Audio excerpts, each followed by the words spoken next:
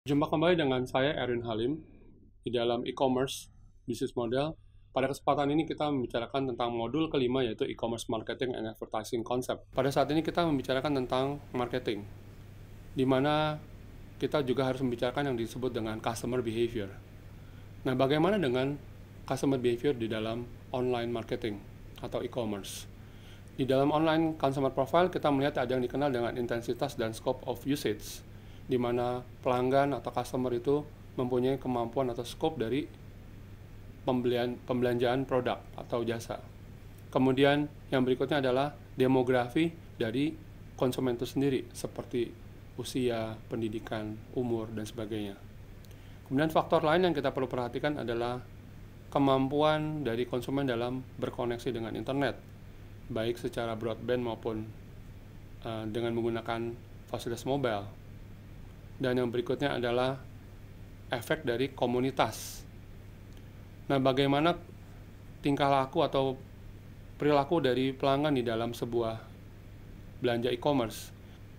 Berikut ini kita melihat sebuah gambar yang dibuat oleh Kotler dan Armstrong, di mana di dalam gambar ini dinyatakan model dari tingkah laku konsumen.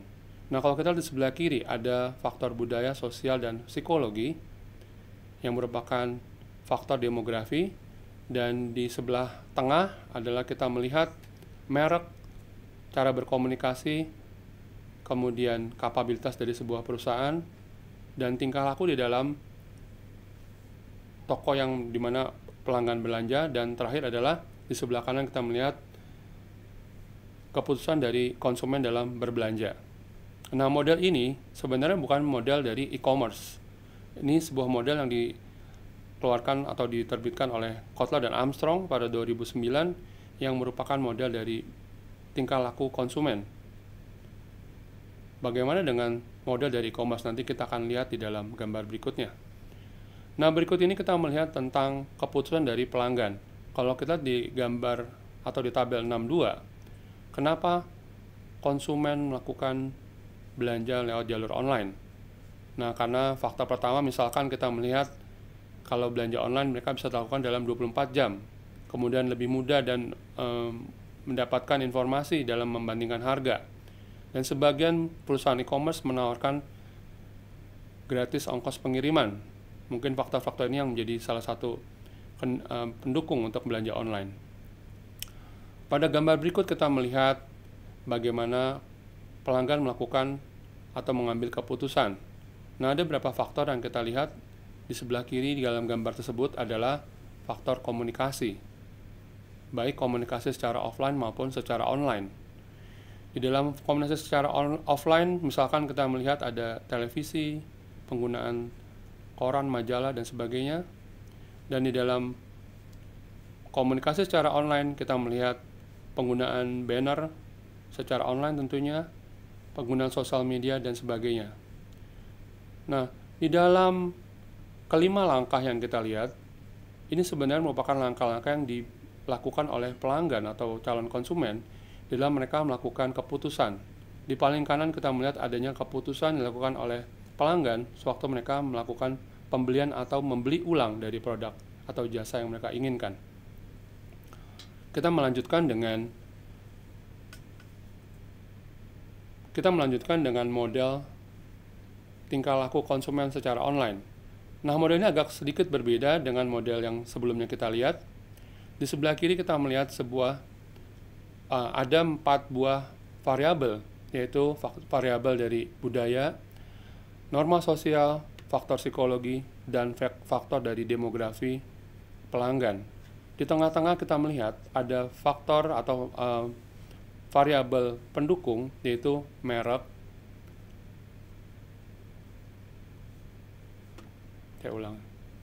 Di bagian tengah kita melihat ada variabel pendukung atau intermediary, di mana yang pertama adalah merek, kemudian bagaimana berkomunikasi, kemudian kapabilitas dari perusahaan, fitur-fitur dalam situs web, kemampuan dari pelanggan sendiri, maksudnya dalam hal ini adalah kemampuan pelanggan untuk menggunakan situs web, kemudian karakteristik dari produk, dan ada tingkah laku di dalam berbelanja, ada faktor pengontrol atau behavior control.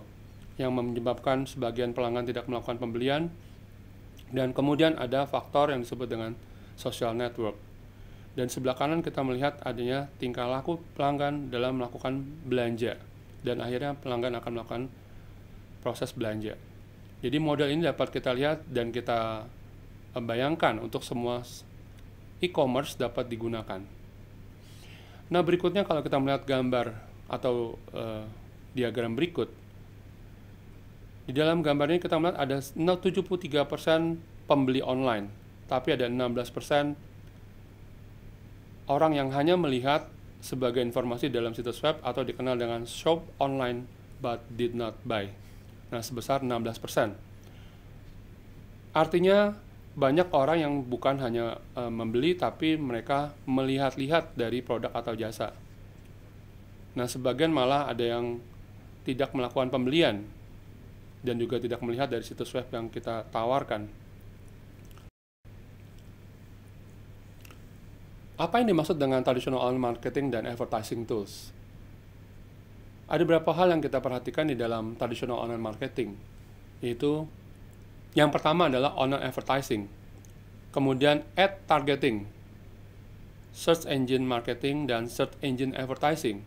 Keempat hal ini mempunyai perbedaan masing-masing, di mana seperti search engine marketing adalah kita menggunakan search engine untuk pemasaran.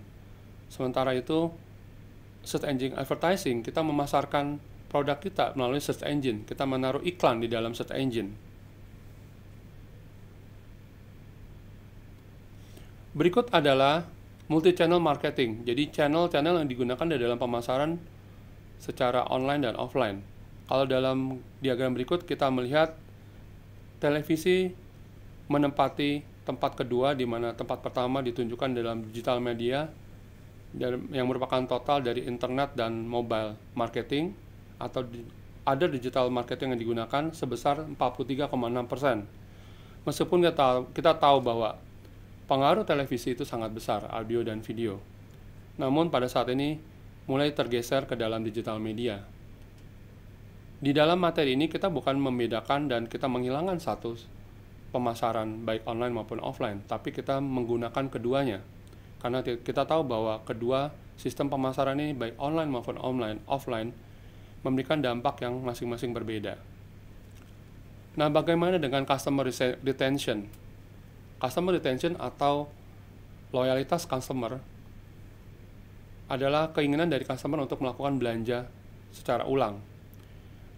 Yang perlu kita perhatikan adalah pemasaran secara one to one. Jadi di sini kita perlu adalah bagaimana dengan customer retention strategis.